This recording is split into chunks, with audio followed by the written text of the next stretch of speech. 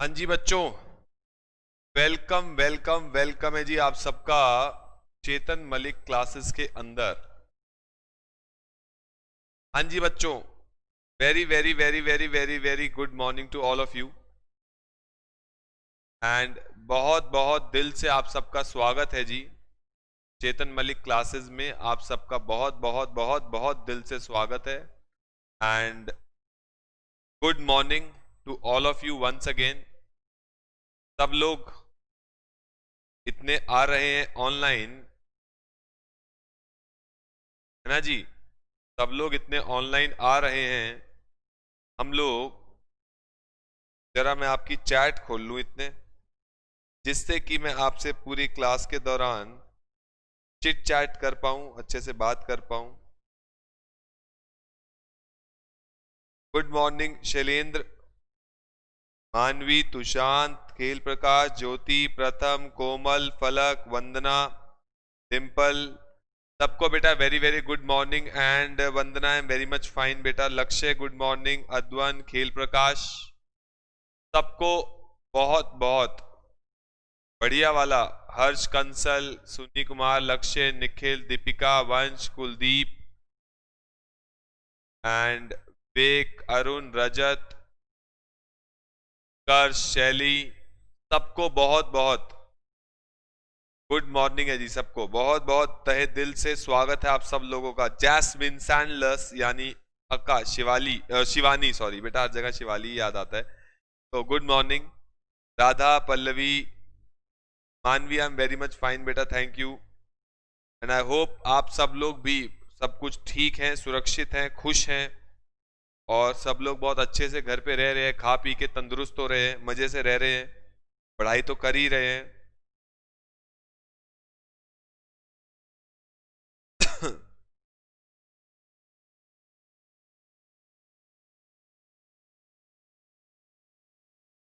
शिक्षा, तुशांत, Kamran, Pallavi, good morning बेटा सबको।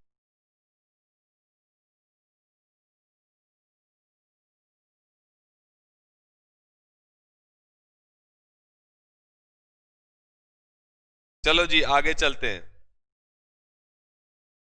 अस्सलाम वालेकुम मोहम्मद कामरान, अब मेरे को शायद ये बोलना है वालेकुम अस्सलाम। सानिया बेटा, हमने देख लिया आपको। मुकुल सिंगला बेटा, सब बढ़िया एकदम मजे में। आप सब भी मजे में होने चाहिए और मजे में ही रहना चाहिए अपने को। चले जी शुरू करते हैं आज की क्लास। आज की क्लास हम लोग शुरू करते हैं फटाफट से। रिवाइज करते हैं हम लोग कहां पर थे। यूवी गुड मॉर्निंग बेटा।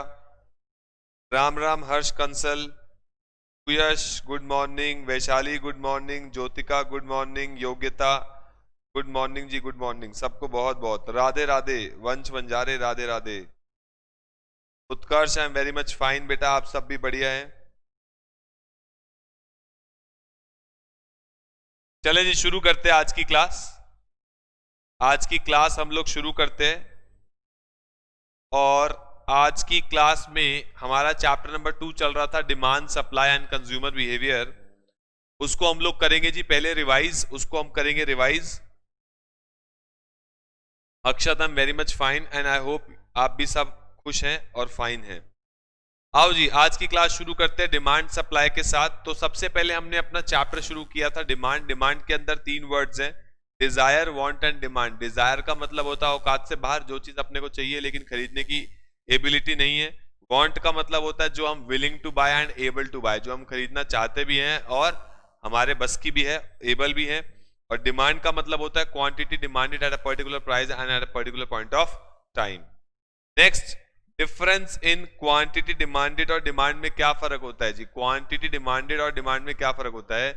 जब डिमांड में चेंज आता है due to change in its own price, अपने प्राइस की वजह से जब डिमांड में चेंज आता है that is called as quantity demanded. और जब चेंज आता है डिमांड में due to any factor other than price, that is called as change in demand. उसके बाद कौन कौन से फैक्टर है जो डिमांड पे फर्क डालते हैं? इंडिविजुअल डिमांड पे 5 फैक्टर फर्क डाल सकते हैं, that is price of goods, price of related goods, income of consumer, future price expectation and taste and preference. ये 5 फैक्टर है जो आपकी डिमांड पे फर्क डाल सकते हैं। नेक्स्ट, ये बातें हो रही थी इंडिविजुअल डिमांड के लिए, फिर मैंने कहा जी मार्केट डिमांड पे कौन से फैक्टर है जो फर्क डाल सकते हैं? मार्केट डिमांड के पे कौन से फैक्टर हैं जो फर्क डाल सकते हैं? आपने मुझे क्या बोला कि जो फैक्टर इंडिविजुअल डिमांड पे फर्क डालते हैं, जो 5 फैक्टर इंडिविजुअल डिमांड पे फर्क डालते हैं, वो पांचों फैक्टर मार्केट डिमांड पर भी फर्क डालते हैं, लेकिन मार्केट डिमांड पर और भी 4 फैक्टर्स हैं जो फर्क डालते हैं, जैसे कि size of population, composition of population, level of national income and consumer credit facilities and interest rate. Next हमने बात की थी भाई डिमांड शेड्यूल और डिमांड कर्व के बारे में। डिमांड शेड्यूल का सिंपल सा मतलब है जब हम प्राइस और डिमांड के डेटा को एक टेबल की फॉर्म में दिखाते हैं, that is called as demand schedule. और डिमांड शेड्यूल अगर आप एक व्यक्ति का दिखाओगे, यानी एक पर्सन के प्राइस एंड डिमांड के डेटा को टेबल की फॉर्म में दिखाओगे, that is called as individual demand schedule. और अगर आप पूरी मार्केट के प्राइस एंड डिमांड के डेटा को एक टेबल की फॉर्म में दिखाओगे, that is called as market demand schedule. Similarly demand curve का मतलब क्या होता है? जब हम प्राइस और डिमांड के डेटा को कर्व की फॉर्म में दिखाते हैं, ग्राफ की फॉर्म में दिखाते हैं, that is called as demand curve. And demand curve भी जब आप एक व्यक्ति का बनाओगे, that is individual demand curve, और जब पूरी मार्केट का बनाओगे, that is called as market demand curve. Simple कहानी हमने की थी और कुछ भी नहीं था। चलते हैं जी आगे, आज की क्लास को आगे बढ़ाते हैं और अब हम अगले टॉपिक पर आते हैं जी। अगले टॉपिक पर आते हैं, डिमांड कर्व, डिमांड शेड्यूल हमारा हो चुका है। अब हम आएंगे हमारे अगले टॉपिक पे जिसका नाम है, बचपन से पढ़ा हुआ आपने, कहने को तो नाम ऐसा है पता नहीं कहाँ का लॉ ये बात करता है, लेकिन एक नंबर का घटिया पॉइंट है। आओ जी हेडिंग डालो, लॉ ऑफ डिमांड। सुन के ऐसा लगता है पता नहीं लॉ है भाई, लॉ डिमांड का कोई लॉ है, बहुत बढ़िया चीज है, कोई बहुत इंपॉर्टेंट और बहुत मुश्किल चीज है, लेकिन एक नंबर की घटिया बातें इसके अंदर और बहुत आसान है, जो कि हम ऑलरेडी कर चुके हैं, जो कि हम ऑलरेडी कर चुके हैं जी, वो सारी बातें यहां पे हैं।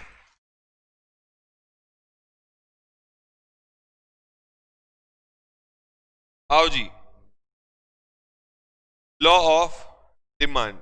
लॉ ऑफ डिमांड क्या कहता है जरा लिख लेते हैं। आप सबको आता है, मुझे पता है कि आप सबको आता है, तो ज्यादा चौड़ने वाली बात नहीं है, आप सबको आता है बेटा। हमारी तरफ से मोहम्मद कामरान कोई नेटवर्क की प्रॉब्लम नहीं आ रही है, जब आती है तो मैं आप सबको बता ही देता हूं, मैं रुक जाता हूं। देखो जी, अब आए हैं केजरीवाल जी। केजरीवाल जी राम राम आपको। It states that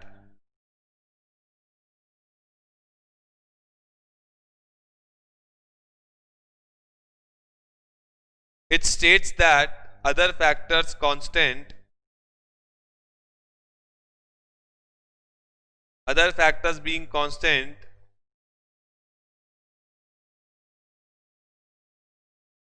when price of goods rises, comma,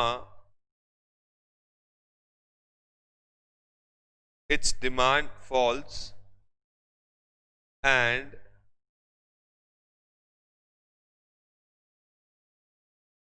when price of goods falls, its demand rises, क्या increases, कुछ भी लिख सकते हो आप।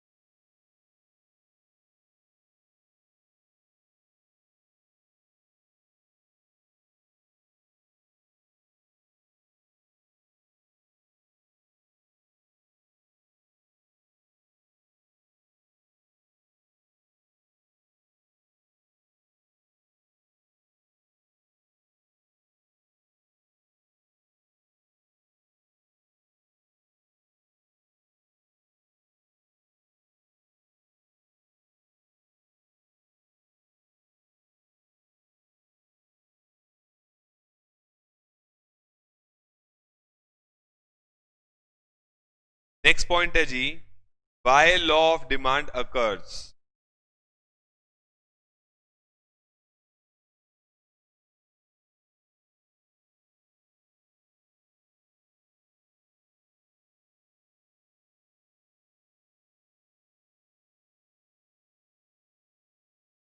पहला पॉइंट है law of diminishing marginal utility.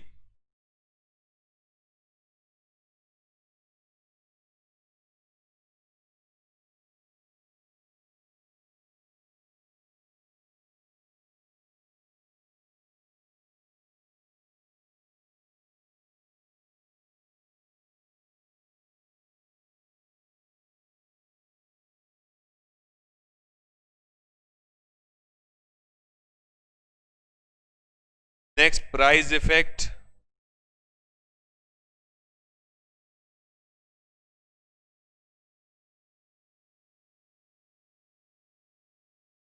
Next arrival of new consumers.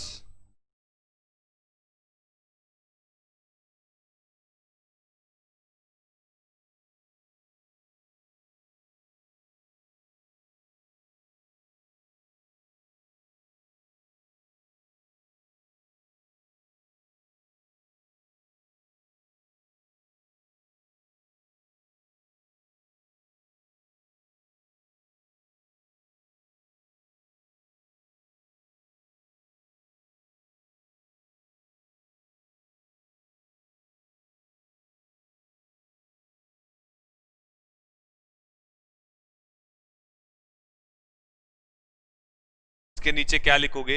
Satisfaction कम होती चली जाती है, सेटिस्फैक्शन कम होती चली जाती है with additional units consumption.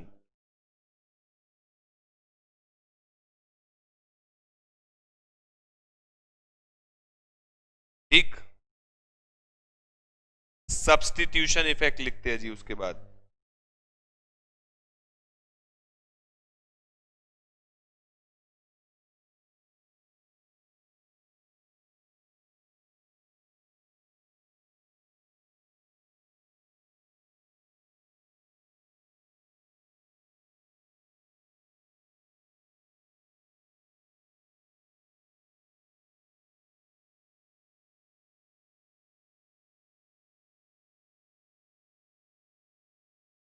Substitution effect में लिखना है प्राइस के चेंज होने पर लोग उसके सब्स्टिट्यूट पर शिफ्ट होते चले जाते हैं।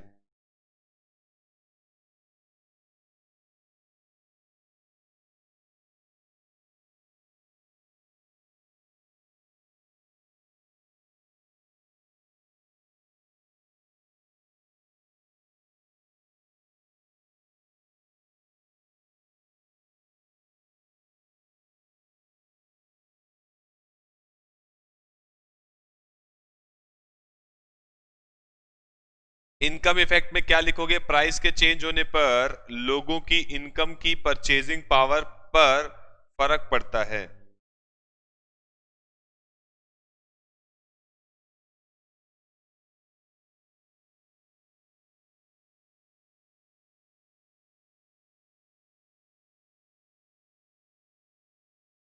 कोई बात नहीं हर्ष बेटा, कोई दिक्कत नहीं है, नेट स्लो चल रहा है, मारो एक डंडा लगाओ इसके पिछवाड़े पे, अपने आप तेज चलेगा। गधे होते हैं, नेट नेट भी एक तरीके का गधा ही है, कभी भी दिक्कत देता है।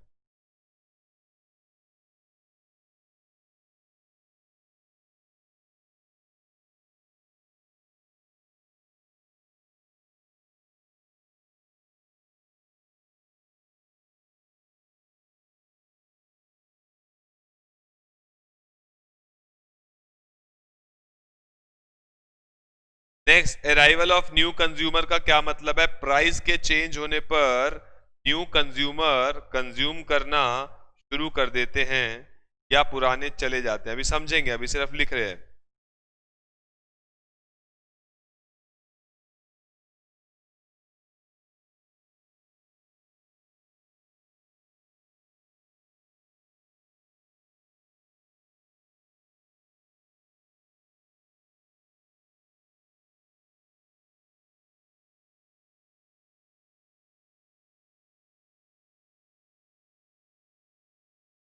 नेक्स्ट लिखो प्राइस के चेंज होने पर लेस इंपॉर्टेंट यूजेस को कम कर देते हैं।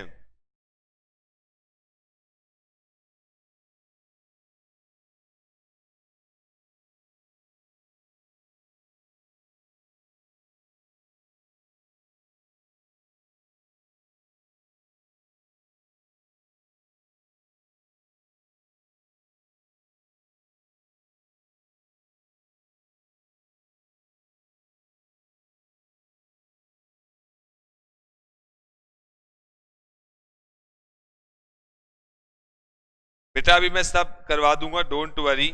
मैं एडिशनल से पहले जो भी लिखा, आप जो आपको समझ में आ रहा है आप नोट करो। मैं अभी रिपीट कर दूंगा सब कुछ, डोंट वरी एट ऑल। मैं रिपीट करूंगा, जहां पे आपको समझ में नहीं आ रहा है उसको आप छोड़ दे, उसके आगे लिखे।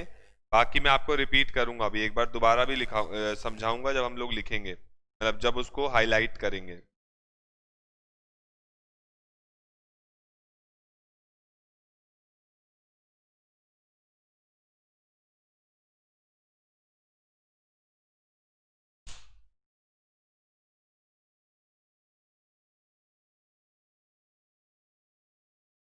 चलें जी, हो गया नोट यहां तक।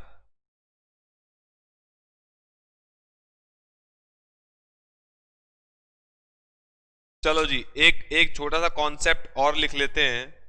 एक छोटा सा कॉन्सेप्ट और लिख लेते हैं, फिर समझेंगे एक ही बार। नेक्स्ट लिखो जी वर्ड एक्सेप्शन टू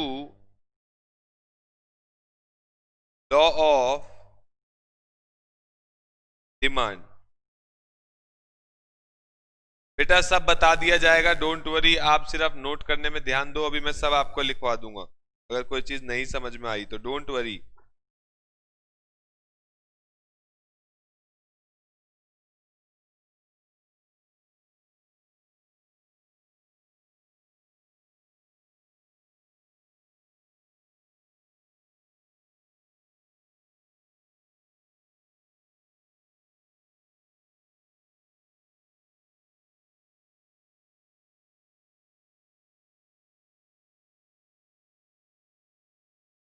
देखो जी, इसके नीचे आप एरो बनाओ, 6 एरो बनाओ जी, 6 arrows.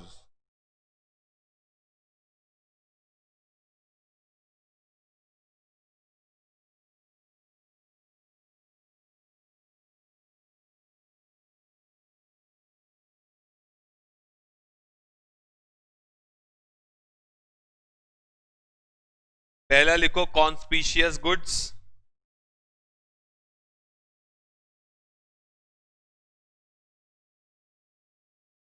Next Giffen goods,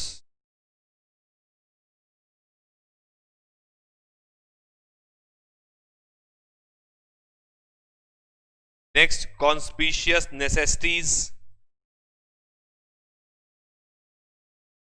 next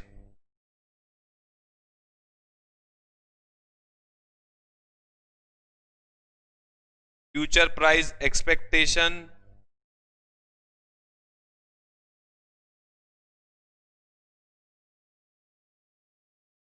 next necessities,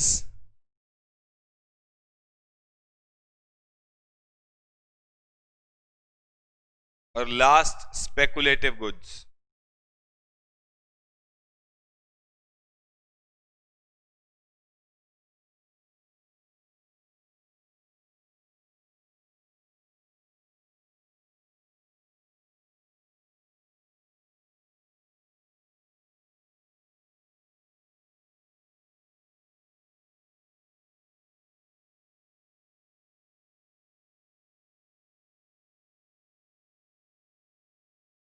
जैसे ही नोट हो जाए मुझे बताओ, so दैट हम लोग आगे चल पाए जी।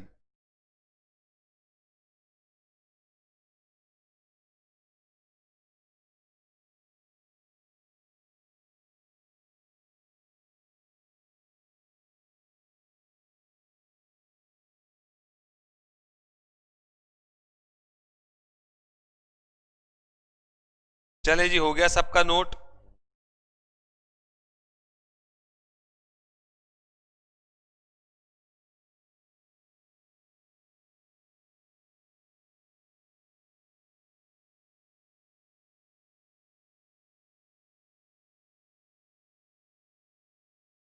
चलो जी शुरू करते हैं कहानी। आज की कहानी हम लोग शुरू करते हैं जी।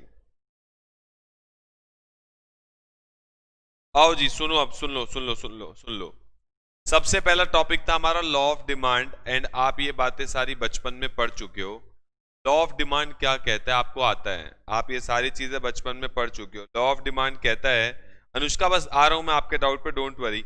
लॉ ऑफ डिमांड कहता है कि सारे फैक्टर अगर कांस्टेंट रहेंगे, सारे फैक्टर मतलब प्राइस के अलावा जितने भी फैक्टर है, अगर उनको कांस्टेंट रखा जाए, उनमें कोई चेंज ना आए, उनको कांस्टेंट रखा जाए, तो प्राइस के बढ़ने पर डिमांड कम होती है और प्राइस के कम होने पर डिमांड बढ़ जाती है। प्राइस के कम होने पर डिमांड बढ़ जाती है और प्राइस के बढ़ने पर डिमांड कम हो जाती है। अनुष्का का कहना यह है कि सर अगर पहले डिमांड बढ़ जाए, बेटा पहले अगर डिमांड बढ़ जाए, अभी आपको थोड़ा सा मैं एनालिसिस देता हूं। अगर पहले डिमांड बढ़ जाए, मान लो मार्केट में इस समय या कोरोना के चलते मार्केट में किसी भी चीज की, सैनिटाइजर की डिमांड बढ़ गई एकदम से, तो उससे होगा क्या, जिस चीज की डिमांड ज्यादा हो, सप्लाई उतनी ना हो, तो उसके प्राइसेस बढ़ने लग जाते हैं। और ये बेटा ऑटोमेटिक इफेक्ट है, अभी हम आगे जाके पढ़ेंगे, इसको बोलते हैं इक्विलिब्रियम इफेक्ट। से क्या होगा, जब प्राइसेस बढ़ने लग जाएंगे, जब चीज महंगी होनी शुरू हो जाएगी, तो वापस से उसकी डिमांड कम हो जाएगी, और जहां पर डिमांड और सप्लाई बिल्कुल मैच कर जाते हैं, इक्वल हो जाते हैं, वो प्राइस इक्विलिब्रियम प्राइस कहलाता है और वो डिमांड इक्विलिब्रियम क्वांटिटी कहलाती है। और ये चीज ऑटोमेटिक होती है, मार्केट में अपने आप हो जाती है अनुष्का, कि अगर आप किसी चीज का डिमांड ज्यादा बढ़ गई, मान लो जैसे फॉर एग्जांपल सैनिटाइजर की डिमांड बढ़ गई, लेकिन मार्केट में उतनी सप्लाई नहीं है, सप्लाई कम है, डिमांड ज्यादा है, तो क्या होगा, प्राइसेस शूट अप होने शुरू होंगे। प्राइस जब शूट अप होने शुरू होंगे तो वापस से उसकी डिमांड थोड़ी कम हो जाएगी, और जहां पर डिमांड सप्लाई मैच हो जाएंगे, वो प्राइस इक्विलिब्रियम प्राइस होगा और वो क्वांटिटी इक्विलिब्रियम क्वांटिटी होगी। वो कॉन्सेप्ट बिल्कुल अलग है, मुझे उसकी जगह पे नहीं जाना है, हमें law of demand, I hope this is clear. Law of demand कहता है कि जब अदर फैक्टर को कांस्टेंट रख दिया जाए, ये प्राइस के एंगल को पकड़ता है, कि अगर बाकी सारे फैक्टर को कांस्टेंट रख दिया जाए, अगर बाकी सारे फैक्टर को कांस्टेंट रख दिया जाए, तो प्राइस के बढ़ने पर डिमांड नॉर्मली कम होती है, प्राइस के कम होने पर डिमांड बढ़ जाती है। This is basically law of demand और कुछ भी नहीं है। तो other factors being constant, price के बढ़ने पे डिमांड कम होती है और प्राइस के कम होने पे डिमांड बढ़ जाती है। This is called as law of demand. लेकिन सवाल अब ये है, ऐसा क्यों होता है, सवाल मेरा ये है, ऐसा क्यों होता है। तो सिंपल पहले लॉ ऑफ डिमांड क्या बोलता है, अदर फैक्टर बीइंग कांस्टेंट, अगर सारे फैक्टर को कांस्टेंट रख दिया जाए, तो जब प्राइस बढ़ेगा तो डिमांड कम हो जाएगी, प्राइस अगर कम होगा तो डिमांड बढ़ जाएगी। This is basically law of demand, nothing else. इसको हम बोलते हैं जी लॉ ऑफ डिमांड, कहानी खत्म। अब सवाल ये है, why law of demand occur, law of demand होता क्यों है, मतलब ऐसा क्यों होता है कि प्राइस के बढ़ने पर, ऐसा क्यों होता है कि प्राइस के बढ़ने पे डिमांड कम हो जाती है और प्राइस के कम होने पे डिमांड बढ़ जाती है। एक एग्जांपल लेते हैं, मैं एक एक करके सारे आपको पॉइंट समझाने वाला हूं। प्राइस के बढ़ने पर डिमांड कम क्यों हो जाती है, क्योंकि उसके पीछे एक ये भी रीजन है, ये आपने बचपन में पढ़ा हुआ है, law of diminishing marginal utility क्या बोलता है, कि जैसे जैसे आप किसी प्रोडक्ट को कंज्यूम करना शुरू कर देते हो, मैं आपको ये बता रहा हूं कि मैं इस समय आपकी चैट नहीं देख रहा हूं, मेरा पॉइंट है, पहले मैं आपको पूरा कॉन्सेप्ट समझाऊंगा, उसके बाद आपके जो भी डाउट्स हो आप मुझसे पूछ सकते हैं। मैं अभी फिलहाल आपकी चैट नहीं देख रहा हूं, मैं फिलहाल अभी आपकी चैट नहीं देख रहा हूं, let me explain the concept, उसके बाद आप मेरे से डाउट पूछें, ठीक है जी। आपका भी ध्यान समझने में होना चाहिए, I am not looking at your chat right now, समझो, सिर्फ समझने में ध्यान होना चाहिए। तो पहला पॉइंट है law of diminishing marginal utility, ये क्या कहता है कि जैसे जैसे, अभी आगे जाके वैसे आएगा, कि जैसे जैसे आप एडिशनल यूनिट को कंज्यूम करते चले जाते हो, उससे मिलने वाली सेटिस्फैक्शन कम होती चली जाती है। ये कहता है जी law of diminishing marginal utility, की जैसे जैसे हम एडिशनल यूनिट को कंज्यूम करते चले जाते हैं, उससे मिलने वाली सेटिस्फैक्शन कम होती चली जाती है। इसको बहुत अच्छे से मैं आगे एक्सप्लेन करूंगा, आपका आगे डिमांड के बाद जो चैप्टर आएगा दैट इज कंज्यूमर बिहेवियर।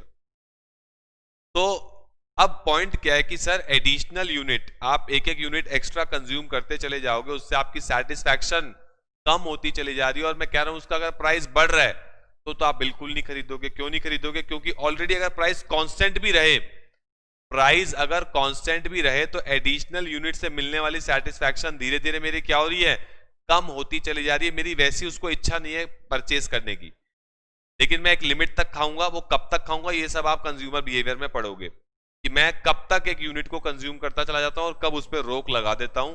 ये बात हम आगे जाके पढ़ने वाले हैं।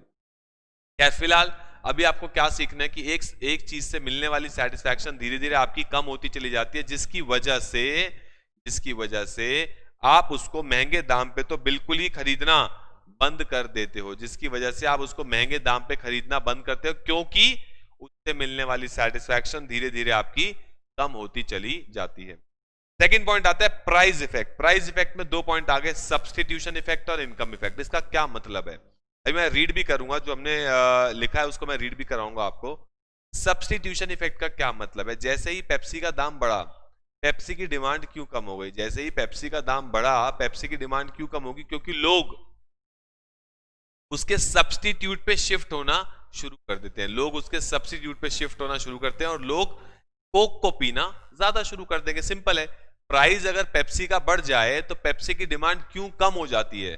क्योंकि लोग कोक को पीना शुरू कर देते हैं। और ये इस इफेक्ट को हम बोलते हैं सब्स्टिट्यूशन इफेक्ट, कि लोगों ने उसके सब्स्टिट्यूट गुड्स को परचेज करना कर दिया। सिंपल सी कहानी है।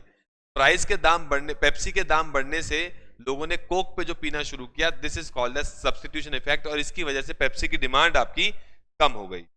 ठीक है, नेक्स्ट आता है इनकम कॉन्सेप्ट। इनकम कॉन्सेप्ट क्या बोलता है कि जैसे ही किसी चीज का दाम बढ़ता है, जैसे ही किसी चीज का प्राइस बढ़ जाता है, लोगों की अगर इनकम तो कांस्टेंट है, इनकम तो बढ़ी नहीं है, बढ़ा है तो गुड्स का प्राइस बढ़ गया जी मार्केट में, तो इनकम लोगों की बढ़ी नहीं है, इनकम वहीं की वहीं कांस्टेंट है, तो उससे क्या होगा बताओ जी? उससे क्या होगा सर? लोगों की ना खरीदने की क्षमता, परचेजिंग पावर कम हो जाएगी। फॉर एग्जाम्पल, अगर किसी व्यक्ति की इनकम 1 लाख रुपए और वो उसमें 50,000 वाले 2 टीवी खरीद सकता है, अगर किसी की व्यक्ति की इनकम 50,000 रुपए वाले 2 टीवी खरीदने के लिए जो उसकी इनकम है वो 1 लाख रुपए है, अब टीवी का दाम बढ़ के 1 लाख रुपए हो गया, लेकिन उसकी इनकम तो 1 लाख से 2 लाख नहीं हुई ना।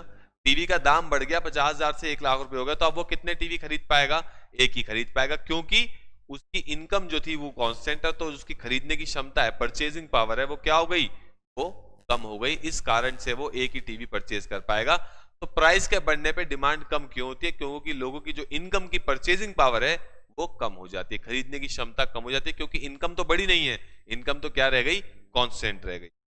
Next, arrival of new consumer. नाम से क्लियर हो रहा है, जब कोई माल सस्ता हो जाता है, जब किसी चीज का प्राइस कम हो जाता है, तो वो लोग भी उसको कंज्यूम करना शुरू कर देते हैं जो आज तक उसे कंज्यूम नहीं करते थे। क्योंकि क्या है कि फॉर एग्जांपल मैं एक पर्टिकुलर ब्रांड यूज करता हूं, मान लो कि मैं डाबर लाल यूज करता हूं टूथपेस्ट, मैं डाबर लाल टूथपेस्ट यूज करता हूं, अगर वही टूथपेस्ट पतंजलि निकाल दे और कह दे कि भैया वही ट्यूब जो आपको डाबर लाल की 50 रुपए की मिलती है, वही ट्यूब मैं आपको 5 रुपए में दूंगा, अगर पतंजलि ऐसा कह दे, तो मेरे जैसा कस्टमर जो 50 रुपए में डाबर लाल यूज करता है और मैं भी पतंजलि कंज्यूम करना शुरू कर दूंगा, बिकॉज उसका प्राइस क्या है? कम है, तो मेरे जैसे नए कस्टमर भी उसकी कंजम्पशन पे शिफ्ट होगा, जिससे उसकी डिमांड क्या होगी? बढ़ जाएगी। तो प्राइस के कम होने पर नया कंज्यूमर भी मार्केट में आता है जो मेरे प्रोडक्ट को कंज्यूम करना शुरू कर देता है। Last but not the least, last point आया जी डिफरेंट यूज।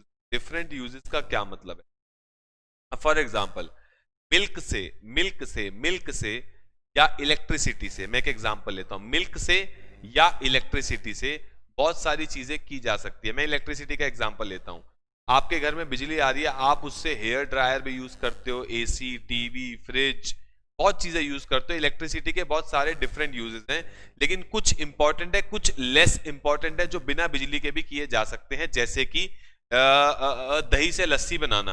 अगर आपको याद है, पुराने जमाने के लोग पहले दही से लस्सी बनाने के लिए एक ऐसा लकड़ी का कुछ आता था जिसके नीचे गोल सा होता था, जो आजकल डंडे पर मारने के काम आता है, वो ऐसा ऐसा करते थे तो दही से लस्सी बन जाती थी। तो वो चीज आज लोगों ने छोड़ दिया। अब लोग क्या करते हैं? इलेक्ट्रिक का हैंडी लेके आए, हैंडी या मिक्सी में दही की लस्सी बनाते हैं। ये सब मुझे पता है, मैं करता रहता हूँ। तो पॉइंट क्या है? इलेक्ट्रिसिटी के बहुत सारे यूजेस हैं, कुछ इंपॉर्टेंट है, कुछ लेस इंपॉर्टेंट है। एसी, टीवी, फैन, फ्रिज, ये सब इंपॉर्टेंट यूजेस हैं, लेकिन जहां हम कुछ और चीज को यूज कर सकते थे, वहां पे भी हमने बिजली के उपकरण, बिजली की प्रोडक्ट्स को यूज करना शुरू कर दिया है, तो वो लेस इंपॉर्टेंट है। अब जैसी बिजली महंगी होगी, जैसे ही बिजली क्या होगी? महंगी हो जाएगी। मान लो बिजली का दाम बहुत ज्यादा हो गया कि पर यूनिट अभी 2 या 3 रुपए है पर यूनिट, गवर्नमेंट बोलती है हम तो 20 रुपए पर यूनिट चार्ज करेंगे इलेक्ट्रिसिटी, बिकॉज शॉर्टेज है, पॉपुलेशन बढ़ गई है, 2050 में बेटा ऐसी होगा। जब तक 2050 आएगा, 2050 या 2100 आएगा जब तक, तब तक पानी के भी लाले पड़ जाएंगे हमारे देश में, पानी भी मिला करेगा 500 रुपए लीटर, पेट्रोल पंप की तरह पानी भी आपको पंप से मिलेगा 500 रुपए लीटर। बिजली का तो भूल ही जाओ, क्योंकि ये सारे स्कार्स रिसोर्सेज हैं जो धीरे धीरे खत्म होते चले जा रहे हैं। तो खैर फिलहाल क्या हुआ, बिजली का दाम बहुत ज्यादा बढ़ गया। अभी बिजली का दाम बहुत ज्यादा बढ़ गया तो क्या होगा, मैं उसको सिर्फ अपने इंपॉर्टेंट यूजेस के लिए यूज करना शुरू कर दूंगा, जो उसके इंपॉर्टेंट यूज थे, जैसे कि फ्रिज चला लूंगा, उसके बिना आटा खराब हो जाएगा, सब्जी खराब हो जाएगी, मैं एसी चला लूंगा, उसके बिना रह नहीं सकते भैया, ये सबसे पहले तो ये पीसी चलाऊंगा, ये कंप्यूटर चलाऊंगा, ये सिस्टम चलाऊंगा तुम्हें पढ़ाने के लिए, तभी बिजली का बिल भर पाऊंगा। तो पॉइंट क्या है, मैं उसके जो इंपॉर्टेंट यूजेस हैं सिर्फ उस पर स्टिक कर जाऊंगा, जो उसके लेस इंपॉर्टेंट यूज है, जैसे दही से लस्सी बनाना, मैं उसके भैया वापस से बिजली की हैंडी को हटा दूंगा और हैंडी की जगह क्या यूज करना शुरू कर दूंगा, वही लक्कड़ जिससे डंडे पड़ते हैं, मुझे नहीं मतलब लोगों को, ठीक है, तो उसी को मैं यूज करना शुरू कर दूंगा। पॉइंट क्लियर हो गया। तो होता क्या है कि जब किसी चीज का प्राइस बढ़ जाता है तो नॉर्मल लोग क्या करते हैं कि जो उसके बहुत सारे यूजेस होते हैं उस चीज के, उसमें से जो लेस इंपॉर्टेंट यूजेस होते हैं उसको यूज करना बंद कर देते हैं, जिस वजह से उसकी डिमांड कम हो जाती है। मुझे बिजली कम चाहिए क्योंकि मैंने हैंडी चलाना बंद कर दिया, अब मैं हीटर थोड़ी चलाता हूँ ठंड में हीटर थोड़ी चलाता हूँ, बस क्या ही बोलूं, अब बीड़ी जलाई ले जिगर से पिया, तो उसमें मैं अपने घर में लकड़ी जलाए, तो बेटा घर में कोई भी चीज पड़ी होती है जहां पे अब बीवी को अगर ठंड लग रही है, आपको कुछ ना कुछ जलाना है, तो क्या जलाएं बेटा, खुद को जला लेते हैं और क्या करें, आग लगा देते हैं कहीं पे भी, उसमें क्या हो गया, हीटर चलाना बंद कर देते हैं। तो इलेक्ट्रिसिटी के जो यूजेस हैं वो हम धीरे धीरे क्या करते हैं, कम करने मैंने शुरू कर दिया, जिससे इलेक्ट्रिसिटी की डिमांड कम हो गई क्योंकि उसका प्राइस बहुत ज्यादा बढ़ गया। तो दीज वर द रीजंस आप कह सकते हो कि लॉ ऑफ डिमांड क्यों होता है, मतलब प्राइस के बढ़ने पे डिमांड कम क्यों हो जाती है, क्योंकि एक तो पहले ही उस चीज से मिलने वाली सेटिस्फैक्शन आपकी कम हो रही है, दूसरा आप उसके सब्स्टिट्यूट्स को खरीदना शुरू करते हो, तीसरा आपके इनकम की परचेजिंग पावर कम होती है, चौथा प्राइस के कम होने पर दूसरे लोग जो उसको कंज्यूम भी नहीं कर रहे थे वो नए कस्टमर उस प्रोडक्ट को कंज्यूम करना शुरू कर देते हैं, और पांचवा जो लेस इंपॉर्टेंट यूजेस होते हैं लोग उसको करना खत्म कर देते हैं। तो these were the reasons of law of demand. ठीक है जी, तो अब जरा पढ़ते हैं एक बारी कि लॉ ऑफ डिमांड क्या कहता है। लॉ ऑफ डिमांड कहता है जी, जैसे अब देखो मैंने क्या लिखा, सेटिस्फैक्शन कम होती चली जाती है विद एडिशनल यूनिट, ये कहता है हमारा लॉ ऑफ डिमांड की सेटिस्फैक्शन कम होती चली जाती है विद एडिशनल यूनिट की कंजम्पशन, जैसे जैसे आप यूनिट कंज्यूम करना शुरू करते हो उससे मिलने वाली सेटिस्फैक्शन कम होती चली जाती है। नेक्स्ट प्राइस इफेक्ट में आता है सब्स्टिट्यूशन इफेक्ट। सब्स्टिट्यूशन इफेक्ट का क्या मतलब है कि प्राइस के चेंज होने पर, अब चेंज का मतलब बढ़ भी सकता है और कम भी हो सकता है, प्राइस के चेंज होने पर लोग उसके सब्स्टिट्यूट पर शिफ्ट हो जाते हैं। अब जैसे तो प्राइस बढ़ने की मैं बात कर रहा हूं कि प्राइस बढ़ेगा तो लोग पेप्सी की जगह कोक पीना शुरू कर देंगे। इनकम इफेक्ट क्या बोलता है कि प्राइस के बढ़ने पर, प्राइस के चेंज बढ़ने या कम दोनों काम हो सकते हैं, लोगों की इनकम की परचेजिंग पावर में फर्क पड़ जाता है। प्राइस अगर बढ़ गया तो इनकम की परचेजिंग पावर कम हो जाती है, हम डिमांड कम कर देते हैं, प्राइस अगर कम हो गया तो हमारी इनकम की परचेजिंग पावर बढ़ जाती है। Next arrival of new consumer. New consumer में क्या होता है कि प्राइस के चेंज होने पर न्यू कस्टमर भी कंज्यूम करना शुरू कर देते हैं, जैसे मैंने आपको एग्जांपल दिया पतंजलि का कि अगर वो 5 रुपए की निकाल देगा मैं वो यूज करना कर दूंगा। और लास्ट आता है डिफरेंट यूजेस। डिफरेंट यूजेस का क्या मतलब है कि प्राइस के चेंज होने पर लेस इंपॉर्टेंट यूजेस को कम कर देते हैं, उस चीज से होने वाले जो लेस इंपॉर्टेंट यूजेस हैं मैं उसे यूज करना बंद कर देता हूं, जैसे कि मैंने अपने घर में हीटर चलाना बंद कर दिया और हैंडी से लस्सी बनानी कम कर दी, जिससे कि मेरी बिजली की रिक्वायरमेंट कम हो गई। और ये सब मैंने क्यों किया, क्योंकि उसका प्राइस बढ़ गया था। ठीक है जी, ये हमारे रीजंस है लॉ ऑफ डिमांड के। और अब मैं आपके देख रहा हूं लिखे हुए डाउट एज सच। हाँ बेटा, demand of product also rises because of consumer requirement. Vinay का कहना है कि कंज्यूमर की रिक्वायरमेंट की वजह से लॉ ऑल्सो बढ़ जाता है, लेकिन बेटा उसका प्राइस से कोई नाता नहीं है, वो तो आप पॉपुलेशन पे चले गए कि मार्केट में पॉपुलेशन बढ़ गई, पॉपुलेशन बढ़ गई अगर मार्केट में तो उसकी वजह से डिमांड बढ़ गई, वो तो बेटा एक अलग फैक्टर है, लेकिन वो लॉ ऑफ डिमांड से उसका कोई नाता नहीं है। नेक्स्ट नेक्स्ट नेक्स्ट एग्जाम्पल घी पनीर, प्राची गुप्ता का एग्जाम्पल बिल्कुल ठीक है। नेक्स्ट नेक्स्ट नेक्स्ट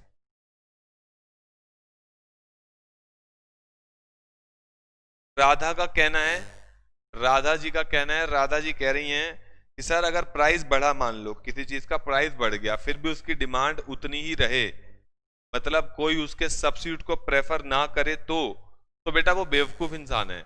अगर पेप्सी का प्राइस बढ़ता जा रहा है और आप फिर भी पेप्सी पी रहे हो, तो या तो वो बढ़िया है पैसा दबा के उसके पास, या या फिर उसको कोई फर्क नहीं है, माँ बाप का पैसा उड़ा लो भाई, अपने बाप का क्या जा रहा है।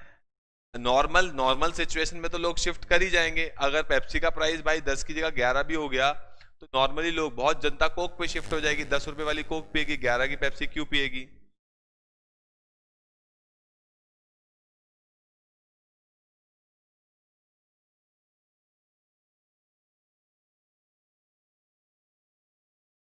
ठीक है जी, चले आगे। हाँ, लक्ष्य गुप्ता का कहना है बेटा हैबिट, बेटा हैबिट तो बात ही अलग हो गई।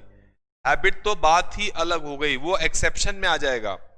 ये जो आप मेरे से बातें कर रहे हो ना राधा और लक्ष्य की हैबिट है, मान लो किसी चीज की हैबिट है, ये किसी चीज की हैबिट है, तो बेटा हैबिट के केस में लॉ ऑफ डिमांड अप्लाई नहीं होता। उसी चीज की हमने बात आगे करनी है। आगे हमारा टॉपिक है ये exception to law of demand. Exception का मतलब क्या है कि जहां पर लॉ ऑफ डिमांड अप्लाई नहीं होता। अप्लाई नहीं होने का मतलब क्या है, प्राइस के बढ़ने पे डिमांड कम नहीं होगी और प्राइस के कम होने पे डिमांड नहीं बढ़ेगी। जैसे कि हैबिट्स, जैसे कि लक्ष्य ने कहा सर हैबिट्स, हैबिट्स है। हैबिट बेटा दुनिया में यही तो बीमारी है, लोगों को जो लत लग जाती है वो बीमारी है। मुझे तो तेरी लत लग गई, बेटा बीमारी है बहुत बड़ी।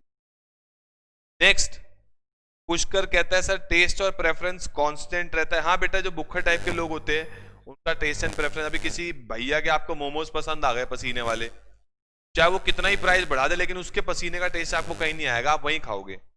बेटा आपके लिए नहीं था, मतलब मैं जनरल बता रहा हूँ। नेक्स्ट, सर अगर ये चीज नेसेसिटीज में हो सकता है, हाँ हो सकता है बेटा। हैबिट पे डिपेंड करता है, वो सब आपका हैबिट एक्सेप्शंस में आ जाएगा। कॉम्प्लीमेंट्री से क्या इफेक्ट होता है बेटा, कॉम्प्लीमेंट्री से कोई इफेक्ट नहीं होता, कॉम्प्लीमेंट्री का कोई नाता नहीं है यहाँ पे लॉ ऑफ डिमांड में। सर ये इंक्रीज और डिक्रीज इन डिमांड का कॉन्सेप्ट है ना। हाँ बेटा हाँ वही है। विश और विल है वो ड्रिंक करने की। प्राची तुम्हें बड़ी ड्रिंक करने की है बेटा, बेटा गंदी बातें क्लास में मत करो बेटा। ड्रिंक करो, दूध पियो, पानी पियो, फ्रूटी पियो, खून पियो किसी का, लेकिन बस और कुछ मत।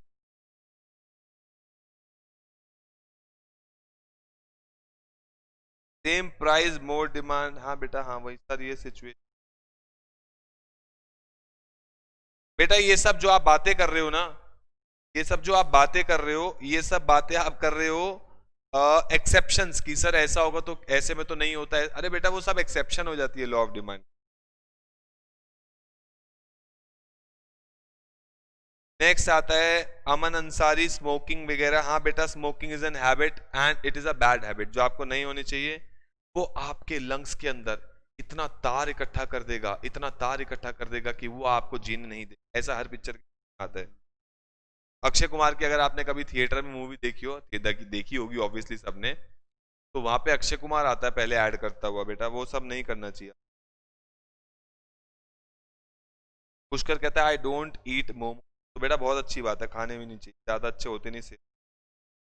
शुभ मिश्रा का कहना है सर हमारा सिलेबस कौन से महीने में कंप्लीट होगा। बेटा कोई डिलीवरी थोड़ी है, कोई मैं प्रेग्नेंट थोड़ी हूँ तो आपको एग्जैक्ट डेट बता दूंगा दिन आपका बच्चा पैदा होगा, कोई मैंने पंडित से थोड़ी निकलवाया है। बेटा हम चल रहे हैं, कंप्लीट हो जाएगा, कुछ 5-10% ऊंच नीच हो सकती है कभी भी। नेक्स्ट,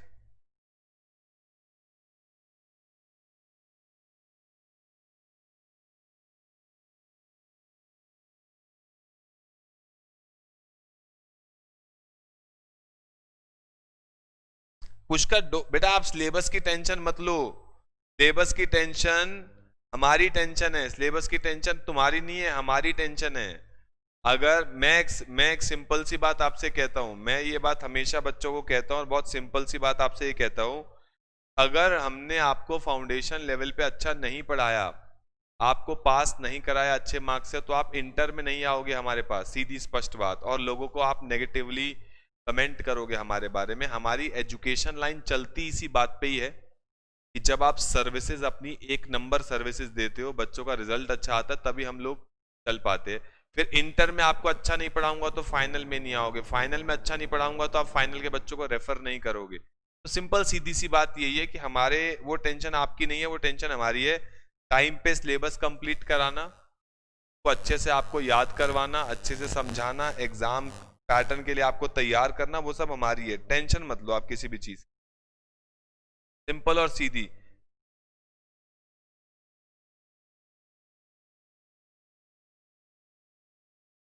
ठीक है जी। तो डोंट वरी, हमारा मैक्सिमम, जो मैं आपको फिर भी एक आइडिया दूं, तो 3.5 से 4 महीने लगते हैं on an average course complete करने में, लेकिन वो सिचुएशन टू सिचुएशन डिपेंड करता है। अगर आपका फॉर एग्जांपल कभी हमें लगेगा सिलेबस लेट हो रहा है तो we will conduct extra classes भी ले लेंगे हम लोग, कभी लगेगा जल्दी चल रहा है, मतलब स्पीड से चल रहा है, तो हम थोड़ा स्लो डाउन भी कर देंगे। डोंट वरी, हमारा पिछले 10 साल का एक्सपीरियंस है इन चीज़ों को करते हुए, तो डोंट वरी, आप बिल्कुल टेंशन मत लो किसी भी चीज़ की। हमें लगेगा, सिंपल सी बात है, हमें आपको एग्जाम से पहले आपके फुल सिलेबस के टेस्ट लेने हैं, उसके लिए आपको रिवीजन का टाइम देना है, everything is calculated as per that, so don't worry at all, वो चीज़ मेरे ऊपर छोड़ दो। थैंक यू अमन, लेकिन मैं वैसे बता रहा हूँ, आप टेंशन छोड़ दो किसी भी चीज़ की, सारी टेंशन मेरी टेंशन है।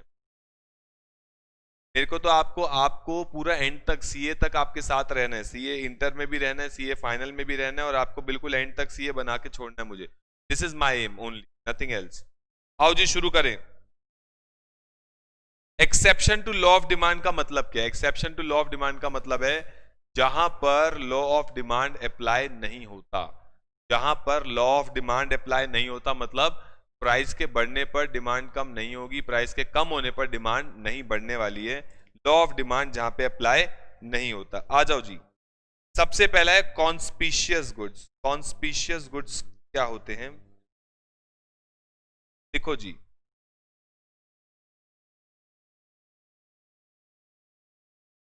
लिखो जी।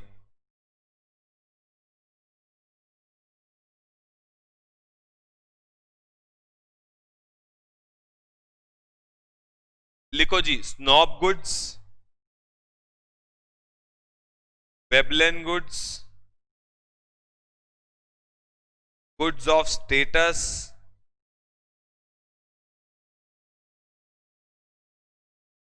डोंट वरी बेटा, आपके ट्रस्ट को हमेशा बनाए रखूंगा, तोड़ूंगा नहीं। Don't worry at all, thank you for भरोसा करिंग, बट इस भरोसे को मैं मेंटेन रखने वाला हूं, don't worry. Next, prestige goods.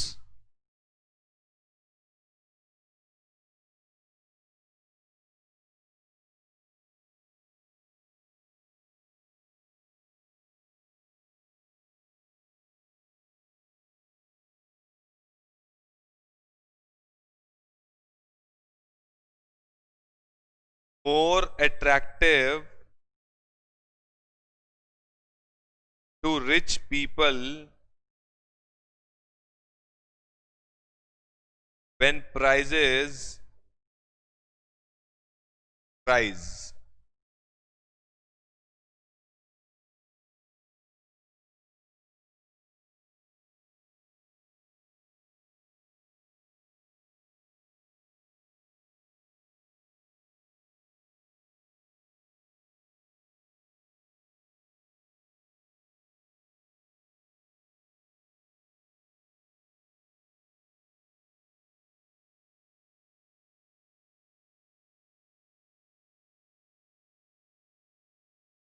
Giffen में लिखो generally inferior and no close substitutes available and direct relation of price and demand.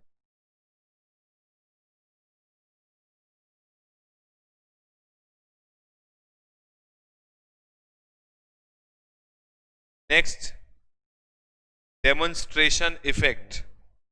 Demonstration effect affects its demand. Example, TV and refrigerator, etc.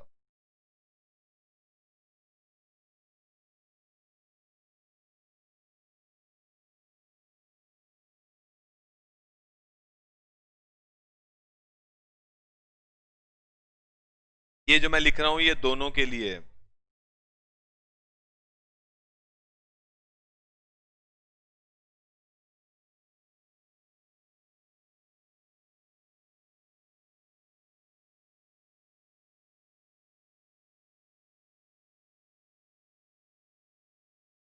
यहाँ पे particularly case of shares and debentures, particularly in case of shares and debentures।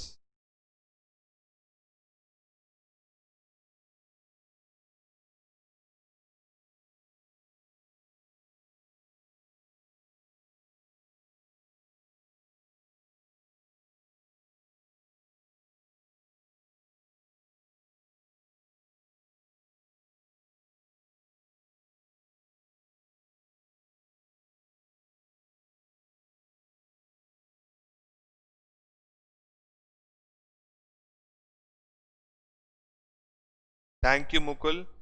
Conspicuous necessities है।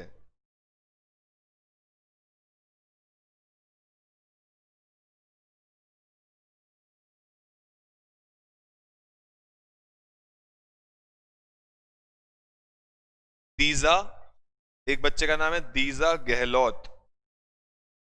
गहलोत, दीजा, वैसे सच बोल रहा हूँ, बुरा मत मानना, लेकिन तुम्हारा नाम पढ़ के मुझे पिज्जा की याद आती है।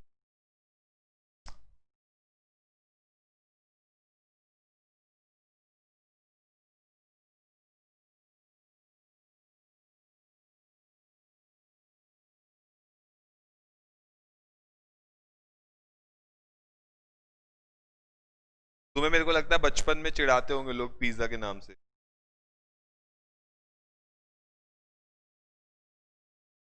चले जी, हो गया नोट सबका?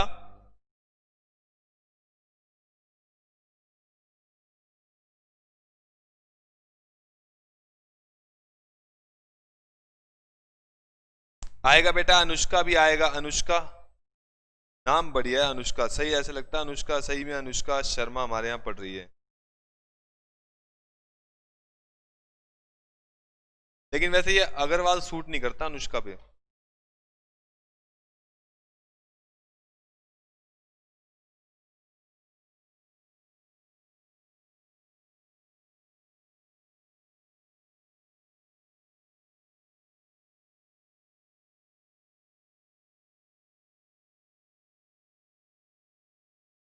चले जी, हो गया सबका?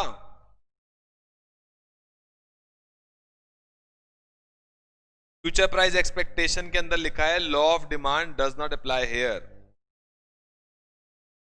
हर दिन चिढ़ाते हैं।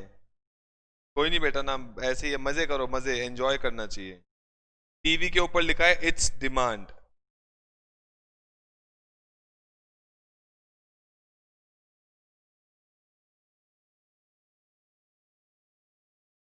स्नॉब गुड्स के नीचे लिखा है वेबलेन गुड्स, VEBLEN। हाँ अनुष्का, नाम तो तुम्हारा बहुत अच्छा है वैसे अनुष्का, लेकिन अग्रवाल, लेकिन मैं ज्यादा बुराई नहीं करूंगा अग्रवाल के बारे में। काली अग्रवाल, ओहो।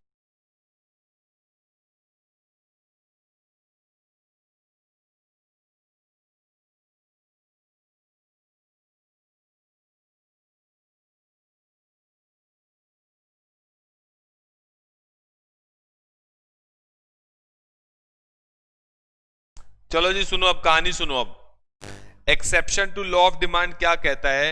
जहां पर आपका लॉ ऑफ डिमांड अप्लाई नहीं होता है। अप्लाई नहीं होता मतलब प्राइस के बढ़ने पे डिमांड कम यूजुअली नहीं होती है, और प्राइस के कम होने पे डिमांड नहीं बढ़ती है। सबसे पहला आता है जी कॉन्स्पिशियस गुड्स। कॉन्स्पिशियस होते हैं महंगे goods, goods of status, goods of Prestige goods, जिसको हम स्नॉब गुड्स और वेबलेन गुड्स भी कहते हैं।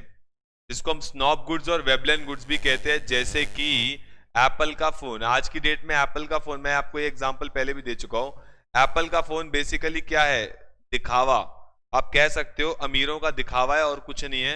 एक नंबर का घटिया फोन लगता है मुझे तो। Not an easy to use, easy to use भी नहीं है। सिर्फ वो क्या है, एक वेबलेन इफेक्ट है। वेबलेन इफेक्ट का मतलब दिखावा है। जितने चीजें महंगी होती चली जाती हैं, रिच पीपल उतना ही उसके प्रति अट्रैक्टिव फील करते हैं। जितनी चीज महंगी होगी लोगों में उतना दिखावा होगा और उसको खरीदने की और चाह बढ़ जाती है। ये BMW, ऑडी, मर्सिडीज भी यही है। चला के देख ली भाई, कुछ नहीं है इसके अंदर, बस दिखावा है थोड़ा बहुत। वो तो आप किसी भी गाड़ी को मॉडिफाई कराओगे उससे ज्यादा बढ़िया हो जाएगी, लेकिन जो इनकी कॉस्ट है 50 लाख से लेके 1 करोड़ तक की जो गाड़ियां हैं आपकी, जो इनकी कॉस्ट है वो एक दिखावा है बेसिकली जब हम BMW में जाते हैं वैसे, लेकिन बस वो दिखावा ही है। मैंने ये चीज खुद फील की है कि जब मैं वरना में जाता हूं गली का कुत्ता तक नहीं देखता, ठीक है, लेकिन जब मैं BMW में जाता हूं तो नॉर्मली 10 में से 7 लोग गाड़ी की वजह से मुझे भी देख लेते हैं। दिस इज फैक्ट, ये एक सच्चाई है। तो ये क्या है बेसिकली, दिखावा ही तो है, एक अमीरों का दिखावा है। मतलब मैं नहीं हूं, मेरे को तो मैंने बहुत मन्नतों से बहुत महंगी मुश्किल से लिए, मैं एक नॉर्मल इंसान हूं, बट ये एक दिखावा है और कुछ भी नहीं है। और यूजुअली क्या होता है, जितनी चीज महंगी होती चली जाती है उतना लोग उसके प्रति अट्रैक्टिव फील करते हैं, वो लोगों के सपने बन जाते हैं हमें ये लेना है। ये सब क्या है, ये सब क्या है, स्नॉब इफेक्ट बोलते हैं इसको, वेबलन इफेक्ट इसको बोलते हैं, दिखावे का effect. Goods of status, prestige goods. तो जितना attractive, more attractive to rich people when prices rise, जितना प्राइस इसका बढ़ता चला जाता है रिच पीपल उतना ही इनके प्रति अट्रैक्टिव फील करते हैं। नेक्स्ट आता है गिफन गुड्स। गिफन गुड्स का मतलब क्या होता है, गिफन गुड्स जनरली वो गुड्स होते हैं जिनका कोई क्लोज सब्स्टिट्यूट्स अवेलेबल नहीं होते। और जनरली, अब मैं इसका एग्जांपल देता हूं, जैसे कि क्या होता है, मान लो एक ब्रेड है, अब एक व्यक्ति है जिसकी इनकम है 10,000, ध्यान से सुनना, एक व्यक्ति है जिसकी इनकम है 10,000 रुपए, वो सस्ता आटा खाता है, सस्ता चावल खाता है, ज्यादा सब्जियां नहीं खरीदता, वो आटे पे ज्यादा बिलीव करता है क्योंकि आटा ज्यादातर सस्ता आता है, ठीक है जी, आटा ज्यादातर सस्ता आता है तो लोग वो आटे पे बिलीव करता है। वो आटा की क्वांटिटी ज्यादा रखता है और सब्जी की क्वांटिटी कम रखता है, क्योंकि वो 10,000 में पेट भर के खाना खाना, तो ज्यादा सब्जी खा नहीं पाएगा, अफोर्ड नहीं कर पाएगा, तो वो आटा, आप किसी मजदूर को भी आप खाना खाते हुए देखो, वो रोटी ज्यादा लेता है, साथ में प्याज, इन सब के साथ ज्यादा खाता, because he is not able to afford सब्जी इन हिज इनकम, क्योंकि वो इनकम में वो सब्जी अफोर्ड नहीं कर सकता है और उसको पेट भी भरना है, तो वो रोटी की क्वांटिटी, सस्ता आटा सस्ता आता है एज कंपेयर टू सब्जी, तो वो रोटी की क्वांटिटी ज्यादा लेता है और सब्जी की क्वांटिटी कम लेता है।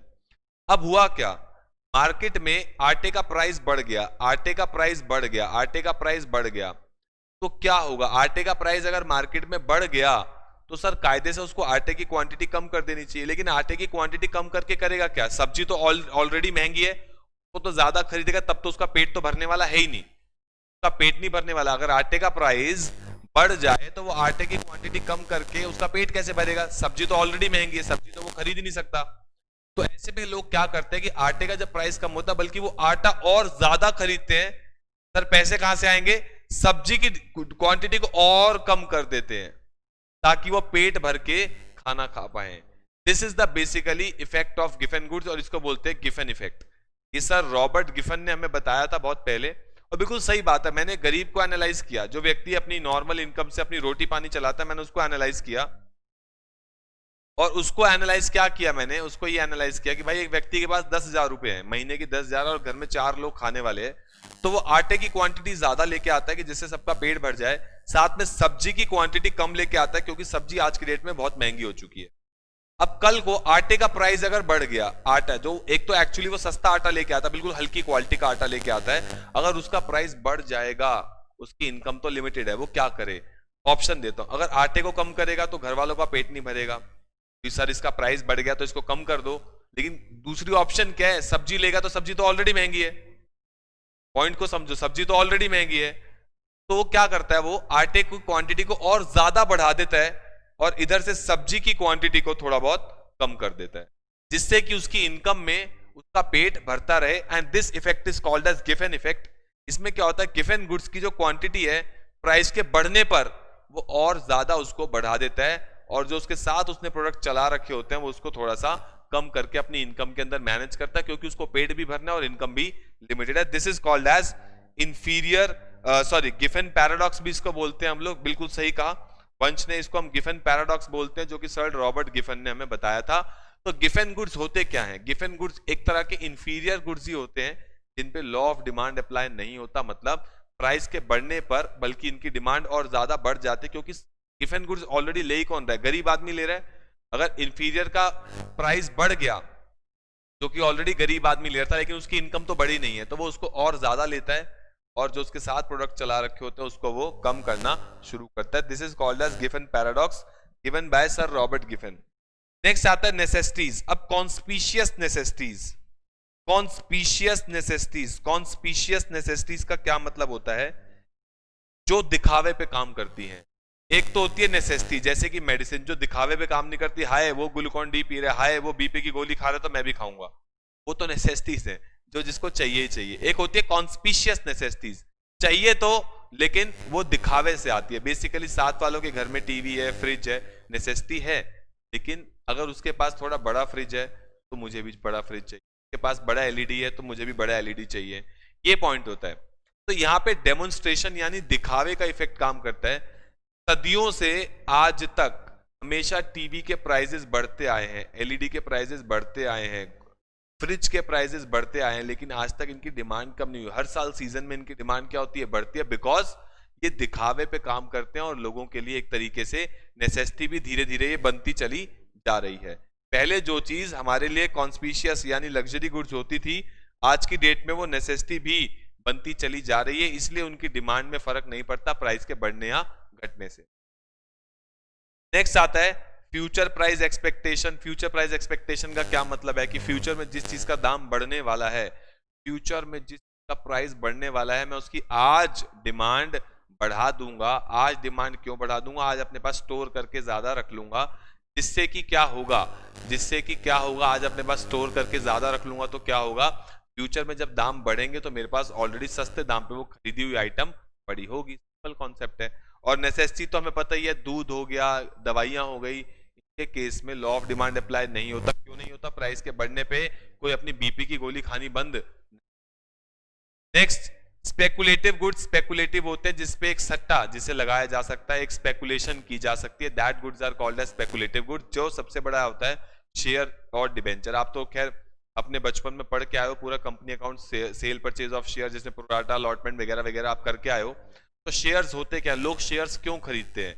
इसी अवज में खरीदते हैं कि उनको क्या लग रहा होता है कि फ्यूचर में इसका प्राइस बढ़ने वाला है, तो लोग आज सस्ते में खरीद के उसको महंगे में बेच करके फ्यूचर में प्रॉफिट कमाना चाहते हैं. सिंपल है. तो स्पेकुलेटिव गुड्स, जितना ज्यादा इनका दाम बढ़ता चला जाता है उतने लोग ज्यादा खरीदने शुरू कर देते हैं शेयर, क्योंकि लोगों को क्या लग रहा होता है कि इसका ग्राफ ऊपर जा रहा है. मान लो मैंने कोई शेयर 900 रुपए के हिसाब से खरीदा, कल को वो 925 रुपए हो गया या 950 रुपए हो गया, मैं उसको और खरीदूंगा, यार ये तो 1000 तक जाएगा मेरी हिसाब से. जब वो 975 हो जाएगा मैं और खरीद लूंगा, यार लग रहा है मुझे अब 1100 तक जाएगा. तो जैसे जैसे प्राइसेस बढ़ते चले जाते हैं, बल्कि लोग उसको और खरीदते हैं इन एक्सपेक्टेशन कि इसका दाम हमेशा बढ़ता चला जाएगा. These goods are called as speculative goods. These goods are called as speculative. तो एक बार रीड कर लेते हैं. कॉन्स्पिशियस गुड्स कौन से होते हैं जी? कॉन्स्पिशियस के अलग अलग नाम जो एग्जाम में आते हैं: snob goods, Veblen goods, goods of status, prestige goods. और जितना ज्यादा more attractive to rich people when prices rise. जितने ज्यादा प्राइस इसके बढ़ते चले जाते हैं, लोगों को उतना ही अट्रैक्टिव लगना शुरू. गिफन गुड्स क्या होता है? गिफन गुड्स होते एक तरीके से इंफीरियर ही हैं, इसका कोई क्लोज सब्स्टिट्यूट अवेलेबल नहीं है, और इसका डायरेक्ट रिलेशन होता है जी प्राइस के साथ, यानी प्राइस बढ़ेगा तो इनकी डिमांड और ज्यादा बढ़ जाती है. नेक्स्ट आता है कॉन्स्पिशियस नेसेसिटीज. कॉन्स्पिशियस नेसेसिटीज का क्या मतलब है?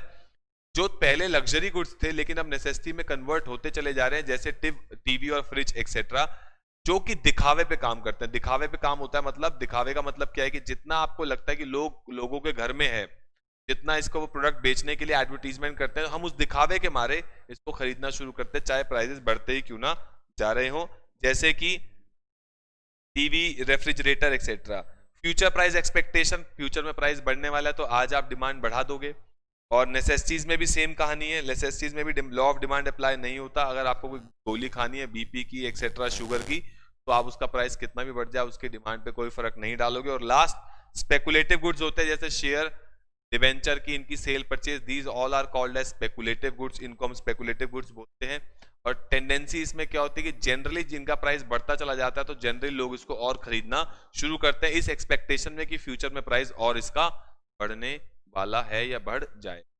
तो these are the exception to law of demand. इसको हम बोलते हैं exception to law of demand, जहां पे लॉ ऑफ डिमांड काम नहीं करता. आई होप आपको ये दोनों पॉइंट, दोनों के दोनों कॉन्सेप्ट, एक तो लॉ ऑफ डिमांड, उसके रीजंस और exception to law of demand.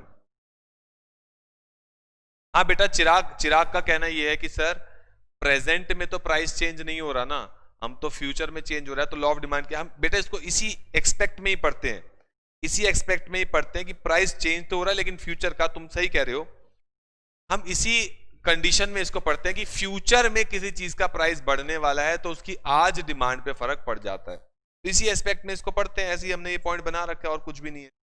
ठीक है जी, तो आई होप आपको ये दोनों तीनों टॉपिक समझ में आ गए होंगे। समझ में आ गए हैं तो आपको पता है क्या करना है। इस वीडियो को यूट्यूब पर आपको लाइक करना है, अपने दोस्तों के साथ शेयर करना है, चैनल को सब्सक्राइब करना है, और डेली बेसिस पे आपको रिवाइज करना है। अच्छे से सबको रिवाइज करते चले जाओगे, क्यूमुलेटिव रिवीजन करोगे, बहुत अच्छे से आपका सब कुछ हो जाएगा। इकोनॉमिक्स बहुत आसान है, अकाउंट पूरी सीए ही खैर बहुत आसान है, कुछ भी मुश्किल नहीं है। इट ऑल डिपेंड्स कि आप लोग कैसे रिवाइज कर रहे हो, कैसे उसको पढ़ रहे हो, कैसी मेंटालिटी के साथ उसको लेकर के चल रहे हो। बोझ मत समझना, मजे मजे में पढ़ना, अच्छे एग्जाम्पल क्रिएट करो, अच्छे से पढ़ोगे, सब कुछ समझ में आएगा, सब कुछ लर्न हो जाएगा। सीए बहुत आराम से हो जाएगी, बहुत ही टुच्चा कोर्स है, बहुत ही आसान कोर्स है, करने का तरीका आना चाहिए। ठीक है जी, तो मिलते हैं नेक्स्ट क्लास में, तब तक okay, tata, bye bye, take care, God bless you all, love you all, और मिलेंगे जी अगली कक्षा में। अब आपका 10 से 15 मिनट का ब्रेक लेते हैं, और ब्रेक के बाद आपकी मैथ्स की क्लास शुरू हो जाएगी। Okay, tata, bye bye, take care and love you all.